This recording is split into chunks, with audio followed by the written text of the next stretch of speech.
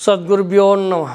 శ్రీ పూర్ణానందరహిత సద్గురు పుల్లారెడ్డార్య పాదారవిందామృతరసాయనం జనన మరణ భ్రాంతిరహిత పూర్ణబోధకం శ్రీ శ్రద్ధానందరహిత గోవిందయార్య మద్గురు పరబ్రహ్మణే నమః.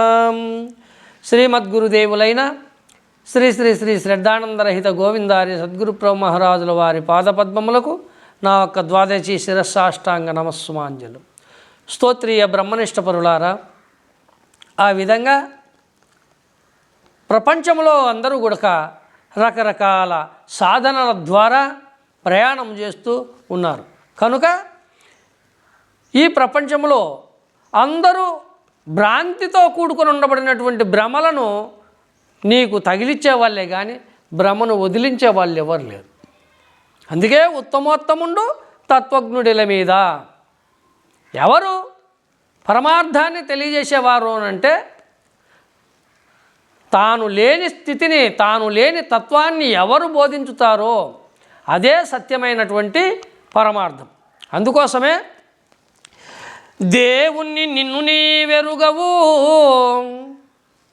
నీవిప్పటికెట్టివారు నే తెలిపేదా, నీకే వెర్రిబోధలెందుకు, కావున దేవుణ్ణి ఇదిగో కనుగోనవోయి, నామారూప కర్మముల్లేవోయి, నీవా దేవునిలో నిన్ను లెస్స వెతకి నన్నావాల ముచ్చట నడుగోయి తెల్పేదా కనుగోనవోయి, నామారూప కర్మముల్లేవోయి.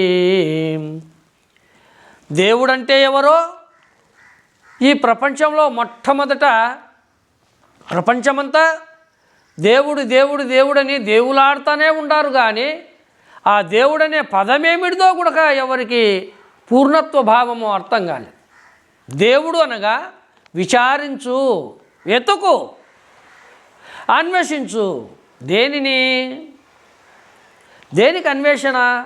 సత్యం కోసమే అన్వేషణ. అదే సత్యాన్వేషణ. సత్యమే దేవుడు.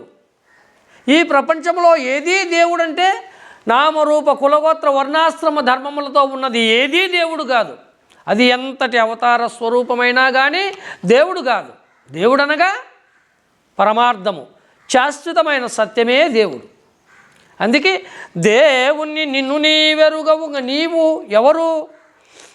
నేను ఆత్మనని, అహం బ్రహ్మస్మని, అయమాత్మ బ్రహ్మమని, ప్రజ్ఞాన బ్రహ్మమని, తత్వమస్య బ్రహ్మమని నేతి నేతీతి మహావాక్యముల ద్వారా ప్రతిపాదిస్తూ వస్తూ ఉన్నారు. నిజంగా విచారించితే గురుర్ముఖంగా నీవెవరో, నేను ఫలానా అని చెప్పమని ఎవరో, ఎవరైనా సరే నేను ఫలానా అని నువ్వెవరో అని అడిగితే ఏం చెప్తారు? ఈ దేహానికి ఉండబడినటువంటి ఒక పేరు తీసేస్తే నువ్వెవరయా అంటే ఏమి సమాధానం ఏముంది? పోనీ ఈ శరీరానికి ఉండబడినటువంటి పేర్లతో పిలిస్తే నువ్వేమన్నా పలుకుతావా? నీవెవరు?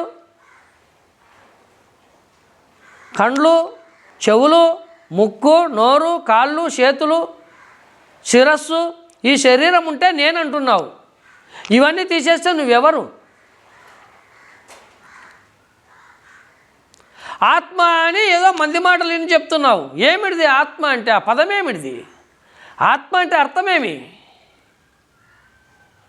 అందరూ ప్రపంచమంతా ఆత్మ ఆత్మ ఆత్మ ఆత్మ అని పట్టినారు. ఆత్మ సాక్షాత్కారం కావాలా, ఆత్మ దర్శనం కావాలా, ఆత్మను తెలుసుకోవాలా. ఏమిటిది ఆత్మ అంటే అర్థమేమి?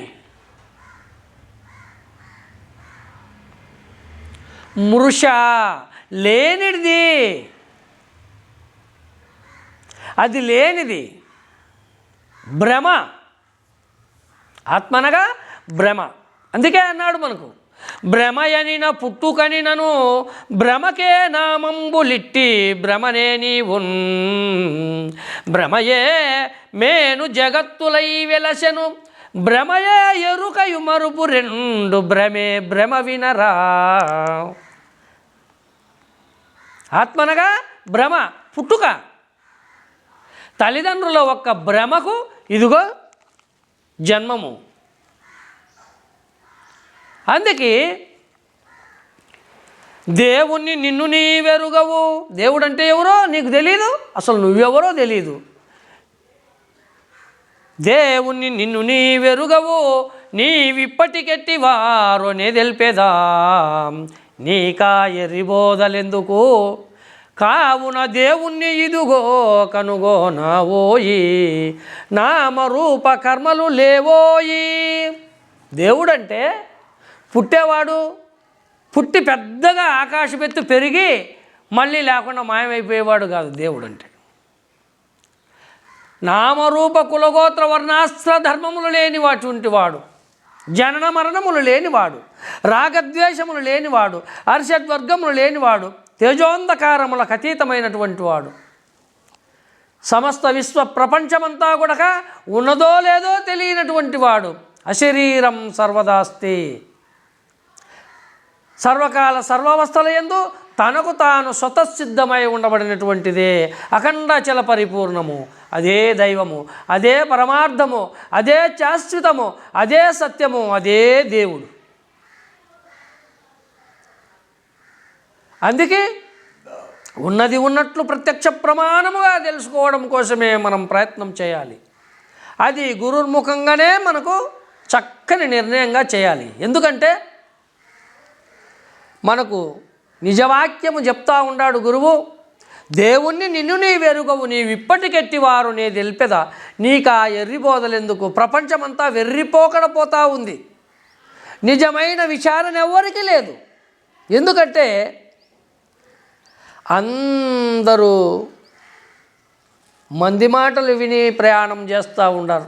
ఎలాంటివి మంది మాటలు అంటే, ఒక ఆవుల మంద గూటిలో ఉన్నప్పుడు అన్నీ ఉన్నాయి, కాపరులు వచ్చి ఆవులను మేపుకు తోలుకెళ్ళేటప్పుడు బయలుదేరుతాయి. అవి అన్నీ కలిసి ప్రయాణం చేసేటప్పుడు దావ విస్తారంగా కనిపిస్తుంది. కానీ ఆ దావ పోయే కొద్దీ అడవిలోకి తీసుకుపోతాయి. అవి అడవిలోకి తీసుకుపోయిన తర్వాత చెట్టుకొకటి పుట్టకొకటికి వెళ్ళిపోతాయి. అసలు దావే కనిపించదు. మొదట ప్రయాణం చేసినప్పుడు విస్తారంగా పెద్దగా ఉంది దావ, అడవి లేకపోతే అసలు దావే లేదు. ఈ ప్రపంచము పోకడంతా లాంటిదే.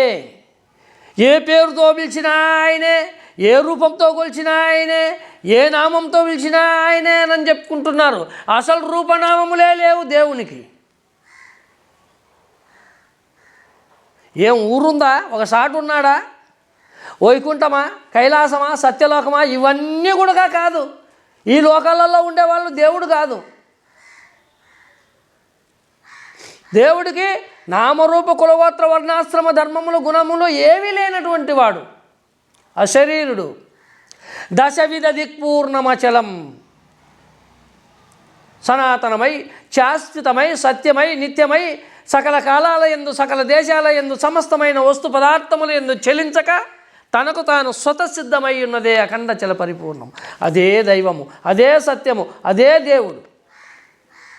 కాబట్టి దేవుణ్ణి నిన్ను నీవెరుగవు, నీవిప్పటికెట్టి వారు నే తెలిపెదా, నీకా ఎర్రిబోధలెందుకు, కావున దేవుణ్ణి ఇదుగో కనుగోనావోయి, నామరూప కర్మములు లేవోయి. చూడు నాయనా, నేను చూపించేటువంటి దేవునిలో పేరుందా, రూపముందా, ఆకారం ఉందా, పోనీ ఏమైనా పనులు చేస్తాడా, ఎవరితోనైనా చేపిస్తున్నాడా, ఈ సృష్టిని అంతా నడిపిస్తున్నాడా, నడిపించమనే విధంగా ఎవరికైనా చెప్తున్నాడా? ఏమీ లేవు. అటువంటి అఖండాచల పరిపూర్ణమైన దేవునిలో నీవా దేవునిలో నిన్ను లెస్స వెతకి అందులో నువ్వు ఉన్నావో లేదో చూడు.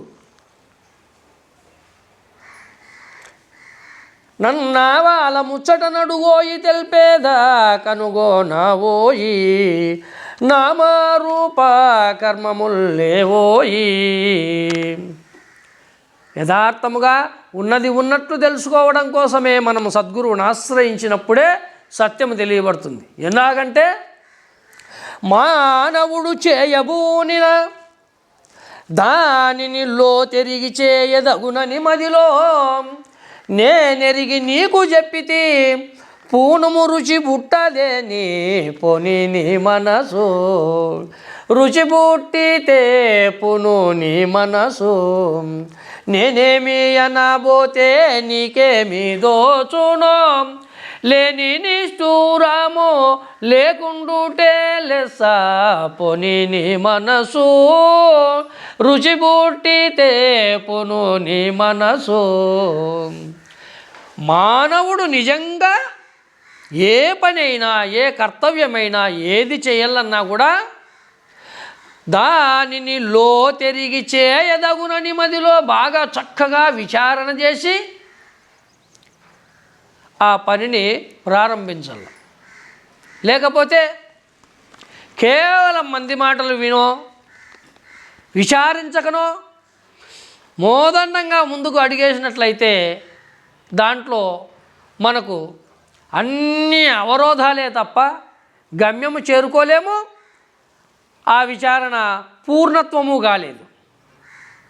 అందుకే మానవుడు చేయబూనిన దానిని లోతెరిగి చేయదగునను మదిలో నేనెరిగి నీకు చెప్పితి.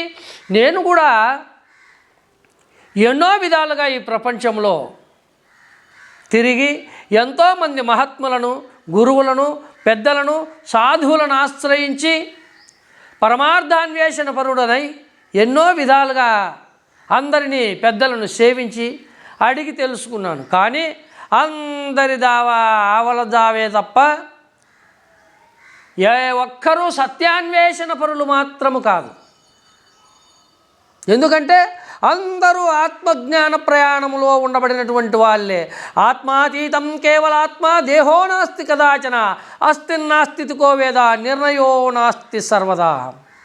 కాబట్టి ఉన్నది ఉన్నట్టు చెప్పే గురువు మహా దుర్లభం. అట్టి గురువు లభించినప్పుడు మానవుడు అట్టి గురుముఖంగా చక్కని విచారణ ద్వారా సద్గురువు ఒక్క కృపానుగ్రహమును పొందుటకు సేవా శుశ్రూష భావన చేత గురుభక్తితో సద్గురు సన్నిధానానికి చేరుకొని గురుర్ముఖంగా విచారణ జరిపినప్పుడే సత్యము తెలియబడుతుంది. అందుకే మానవుడు చేయబూనిన దానిని లోతెరిగి చేయదగునని మదిలో నేనెరిగి నీకు చెప్పితి, పూనుము రుచి పుట్టదేని పోనీ నీ మనసు. నేను చెప్పే ఈ వాక్యాలు నీ మనసుకు రుచి పుట్టితే పూనుకో. ఏమని? సత్యాన్ని తెలుసుకోవాలా. ఈ ప్రపంచంలో సత్యానికి మించినది ఏదీ లేదు. సత్యమే శాశ్వతం, అదే దైవం. అందుకే సత్యాన్వేషణ పరుడుగాక సత్యాన్ని తెలుసుకోకున్నటువంటి మానవుడు నిరంతరము చస్తూ పుడుతూ వస్తూ పోతూనే ఉండవలే. బావిలో గిలకవలే నిరంతరము రాకడ పోకడ తప్పదు. పునరతి జననం పునరతి మరణం. పుట్టిన వానికి మరణము తప్పదు, మరణించిన వానికి జన్మమును తప్పదు. నిరంతరము ఈ భవసాగర సంసార సాగరములో అనంత కోటి ఈ 84 లక్షల కోట్ల జీవరాశులు యందు చస్తూ పుడుతూనే ఈ యొక్క కాలచక్ర భ్రమణములో నిరంతరము నశించుతూ గతించుతూ పోవాల్సింది. కనుక రుచి పుట్టితే పును నీ మనసు. గురువాక్యము సత్యము, అందులో నిజమున్నది. సత్యంగా పరమార్థాన్ని తెలుసుకోకపోతే మానవ జన్మము వచ్చి కూడా నిరర్ధకము. జన్మానాం నరజన్మ దుర్లభమన్నారు. ఈ 84 లక్షల జీవరాశులలో మానవ జన్మ కడు శ్రేష్టమైనటువంటిది, మహోన్నతమైన ఇంగిత జ్ఞానము కలిగినటువంటిది. ఇట్టి మానవ శరీరమైన ఉపాధిని ధరించి అట్టి శాశ్వతమైన సత్యాన్ని తెలుసుకోక కేవలం ప్రపంచ భ్రాంతితో ప్రపంచ వాసనలలో శీతోష్ణ సుఖదుఖములను అనుభవించుతూ నిరంతరము ఆశపాశముల చేత చస్తూ పుడుతూ ఉండవలసిందే. అందుకు సత్యాన్ని తెలుసుకోవడం కోసం ఇందులో ఉండబడినటువంటి నిజమైనటువంటి వాక్యమును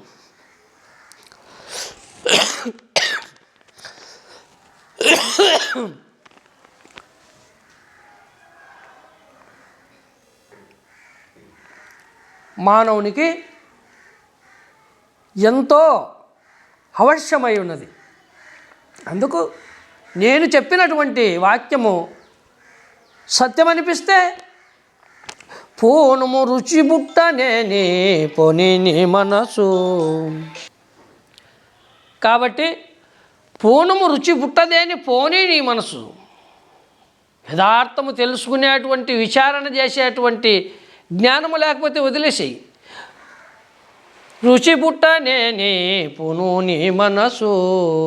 నిజమే, సత్యమే, యథార్థమే, పరమార్థాన్ని తెలుసుకోకపోతే జన్మ నిరర్ధకము. కాబట్టి సద్గురువుని తప్పక ఆశ్రయించి గురుర్ముఖంగా సత్యాన్ని తెలుసుకోని తరించుతాను నేనని చెప్పేసి నిజమైనటువంటి విచారణ కోసం వచ్చినప్పుడే గురు సన్నిధానానికి మనకు సత్యము తెలియబడుతుంది. కాబట్టి మానవుడు చేయబూనిన దానిని లోతెరిగి చేయదగునని మదిలో నేనెరిగి నీకు చెప్పితి.